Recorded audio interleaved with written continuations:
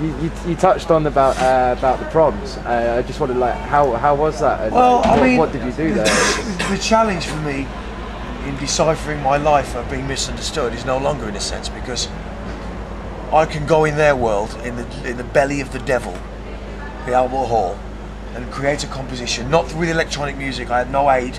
It was a blank screen with an engineer that I don't know, with Sibelius, and I'm like, okay, we're going to get to know each other, and you are going to make this music the way that I want to make it. And I put rhythms into dictaphones. Yeah. And I just made those notes by notes, little by little, and created this piece of music. Because see, when you're a graffiti writer, any graffiti writer in Barcelona will tell you, once you have the outline, the sketch, your job is done. Execution is fun, and you have a map. And in the same way, I created a map. I said, this is what we're going to do, and little by little you build this map. So within their world, when they asked me to do this, they thought they were going to get drum and bass with a few strings. Nah, it doesn't work like that. It has to be an integration at the start. Now, there's a fantastic program besides, the proms with the classic Goldie. Is that the one you saw? It was Maestro. So I'm conductor. Yes. There's another two since then, which are called Classic Goldie. The first one. Yeah, it's called Classic Goldie, where they commissioned me to make a piece of music for concert orchestra in the Albert Hall. I had 8 weeks to do it, and I did it. And I went there and watched him perform. Another conductor, and just watched him play this piece of music. And when you do that, it's a different way of learning, because you realise you've had to let it go. You've had to let this go, and you put it in the hands of an orchestra. They're going to play it live, and a conductor that will conduct them live. That's different. That's trust. That's letting go, which is also a lesson for me in life. You have to let go. If it's a beautiful bird, I'm in the park. There's a beautiful bird lands in my hand, and I grab the bird, but I open the bird, and the bird's broken. If the bird lands in your hand and you just look at the bird will fly away and it will come back again. It's like music. You have to let it go, and there you go. Oh, back on. Moment, huh? What moment was that? So, going back to the proms, there are no full stops with me. There are no ends. It's infinite. It's one of those things that will always go around. Culture is constantly bouncing off what I do. The point I'm trying to make is that if you give a graffiti writer a can of aerosol paint, over the last decade, he's managed to manipulate the form. Graffiti is the application of a medium to a surface. He's taken that form and really took it to fucking pieces, man, and made science out of it, and art out of it, running alongside. And the science is just one aerosol can of technique, and the art is genre. And in doing that, it's amazing how graffiti has done that. And I think we did the same with music. We apply it to the medium in a way that people don't really understand what you can do. And that's a very beautiful thing. It's a thing to want to protect. The people know me. I don't take no shit with this music. If I think people are shit and crapping out and being bullshit and having fucking egos, get the next fucking bus. Because when you get on this train, there are like 7 carriages before me that made me arrive at this station. So if there's going to be 7 ahead, you have to respect the train. It's not my train. I didn't create it. It's part of it. Like, outside of the studio, do you do anything outside of the studio? Like, I snowboard in Alaska. I like to snowboard when I can. I was very close friends with DC Shoes, with Damon and those guys, and before they sold the company to Quicksilver, we'd go on heliboarding trips and stuff. I go to Ronnie Scott's Jazz Club because I love Ronnie Scott's. I grow vegetables in my garden. I have 2 beautiful huskies that I take out every day on a sledge, but it has wheels, and a suspension. It's pretty off-road. The 2 beautiful huskies, and that's what I do. And obviously, I've just finished an art show.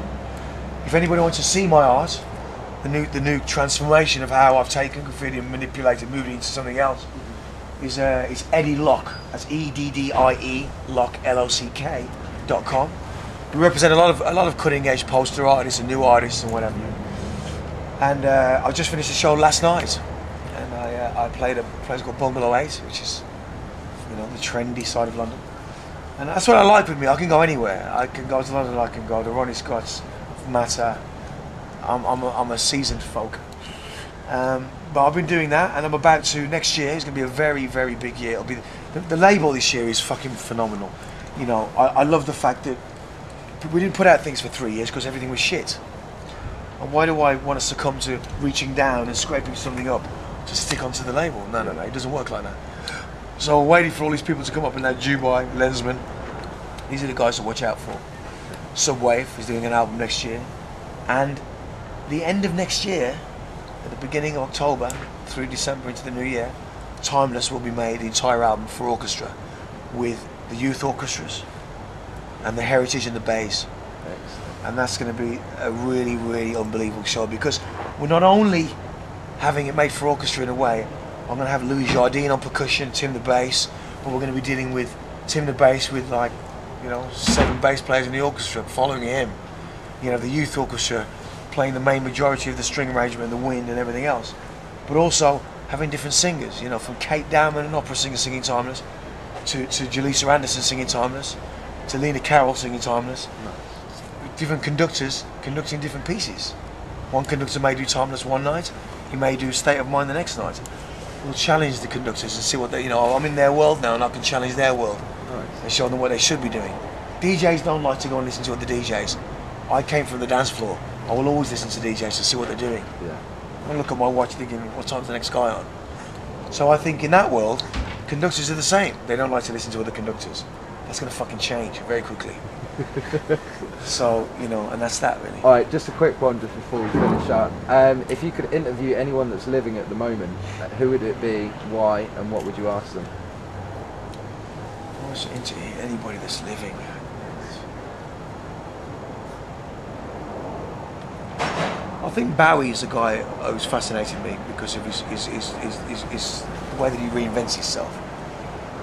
And I think Bowie reinvents himself. It's a bit like a hard drive that resets all the time. That has it is.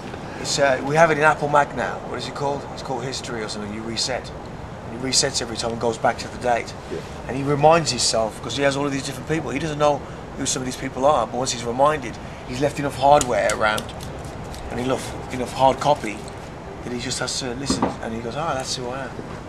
People come to me all the time and go, Goldie, I met you 3 years ago and we went out and we ate and we were doing loads of gear and we were doing whatever. I don't remember. Because my files became crushed and I had some bad data. So, you know, I think Bowie's a guy I'd interview, definitely. I think one of the other guys I'd probably now, no actually, the guy that I would interview the most right now at this present time is Gustav Dudamel, South American conductor. Okay. Without a doubt, fucking genius. A guy that comes in front of an orchestra with a youth orchestra from Venezuela that had grown together like a family. And they were given violins at the age of 4, and he's seen these kids grow.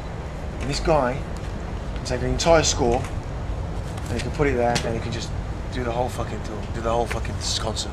He doesn't have to see the score. He's like a photographic artist, and that's what I like. So anyway, it's the end of my interview. Happy Christmas, Barcelona. God bless you.